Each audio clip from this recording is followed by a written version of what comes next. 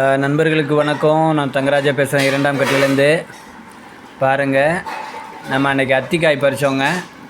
நேற்று பண்ண முடியாமல் போயிடுச்சு, நேரம் இல்லாமல். இன்றைக்கி செஞ்சுருக்காங்க. பாருங்கள், பொரியல் எவ்வளோ அழகாக இருக்குது பாருங்கள். ரொம்ப அருமையாக இருக்குங்க. சாப்பிட்டு பார்த்து சொல்கிறேன் பாருங்கள்.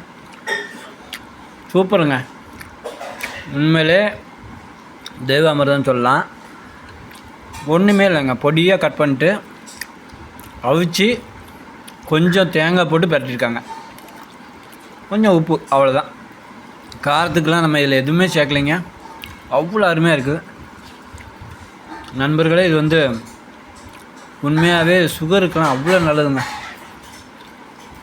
ரொம்ப சூப்பராக இருக்குங்க. மோர் குழம்பு பாருங்கள் எப்படி வச்சு கொடுத்துருக்காங்க பாருங்கள். ரொம்ப சூப்பராக இருக்குங்க. தயவு செஞ்சு எங்கேயாவது இந்த மாதிரி அத்திக்காய் கிடச்சின்னா நிச்சயமாக சாப்பிட ட்ரை பண்ணுங்கள். குழந்தைகளும் செஞ்சு கொடுங்க. அத்திக்காயை பற்றி நிறைய பேருக்கு தெரியறதில்ல.